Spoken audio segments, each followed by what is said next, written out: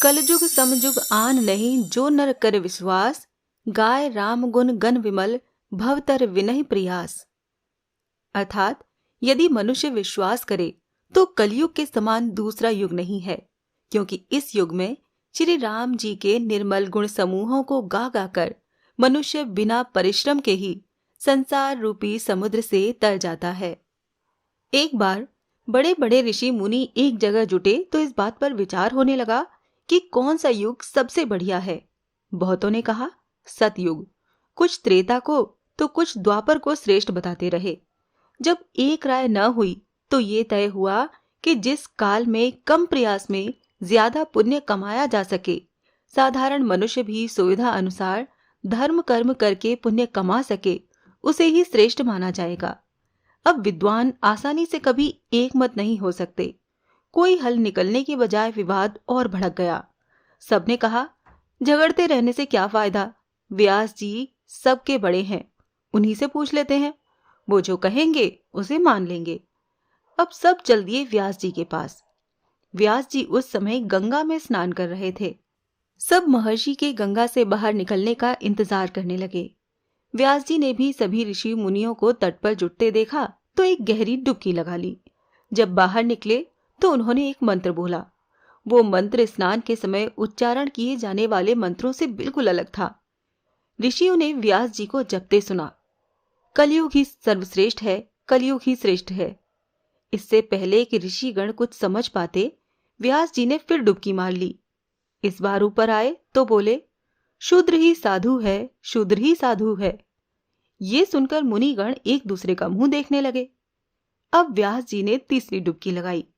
इस बार निकले तो बोले, स्त्री ही धन्य है, स्त्री ही धन्य है। ऋषि मुनियों को ये माजरा कुछ समझ में नहीं आया। वो समझ नहीं पा रहे थे कि व्यास जी को हो क्या गया है, ये कौन सा मंत्र है और ये क्यों पढ़ रहे हैं। व्यास जी गंगा जी से निकलकर सीधे अपनी कुटिया की ओर बढ़े। उन्होंने नित्य की पूजा पूरी की। कुटिया से बाहर आए तो ऋषि मुनियों को प्रतीक्षा में बैठे पाया। स्वागत करके पूछा, कहो कैसे आए। ऋषि बोले, महाराज हम आए तो थे एक समस्या का समाधान करवाने, पर आपने हमें एक नए असमंजस में डाल दिया।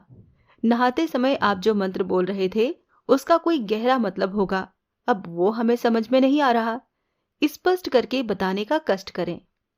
व्यास जी ने कहा, मैंने कहा कलयुग ही श्रेष्ठ है, शूद्र ही साधु है और स्त्री ही धन्य है। ये बात न तो बहुत गोपनीय है और न ही इतनी गहरी कि आप जैसे विद्वानों को समझ में ना आए। फिर भी आप कहते हैं तो कारण बता देता हूं। जो फल सतयुग में 10 वर्ष के जप तप, पूजा पाठ और ब्रह्मचर्य पालन से मिलता है, वही फल त्रेता में मात्र 1 वर्ष और द्वापर में 1 महीना, जबकि कलयुग में केवल 1 दिन में मिल जाता है।